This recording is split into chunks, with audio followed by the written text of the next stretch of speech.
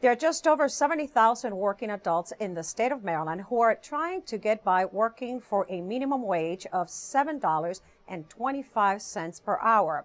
But that may soon change. As Susan Kenedy reports, the push is on to raise the minimum wage in Montgomery County and in neighboring communities. Susan? Lorna, lawmakers from Montgomery, Prince George's, and the District of Columbia have joined forces to ensure a minimum wage of $11.50 by the year 2016. Come on, grab a swinger thing. I'm not swinging her. $83,000 per year. That's what it costs a family of four to live here in Montgomery County without financial assistance.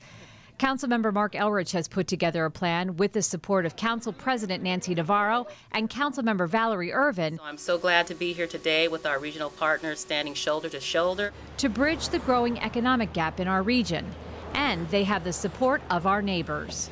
It's a tribute to a commitment to working people, and that all of us share, that we understand the problems that people are under. We're dealing with on our government side what it costs to deal with those problems.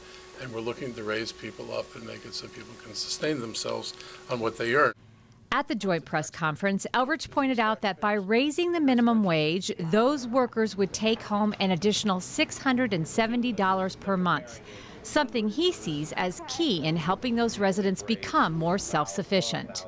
It makes it easier to make rent. It makes it easier to buy groceries.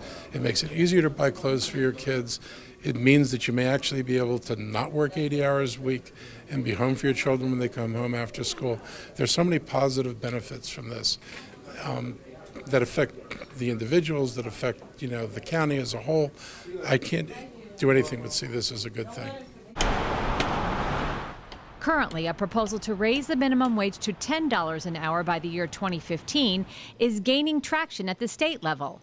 However, officials here say they can't wait. Now, we all know that we are living in a very, very expensive region, and we know that it requires a lot of money for a family to be able to make it on $7.25 an hour, and we think this is the only way out.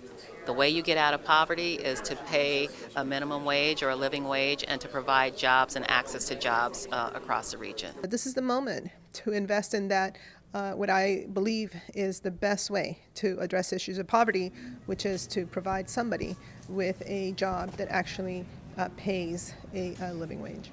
In Rockville, I'm Susan Kenedy for County Report This Week.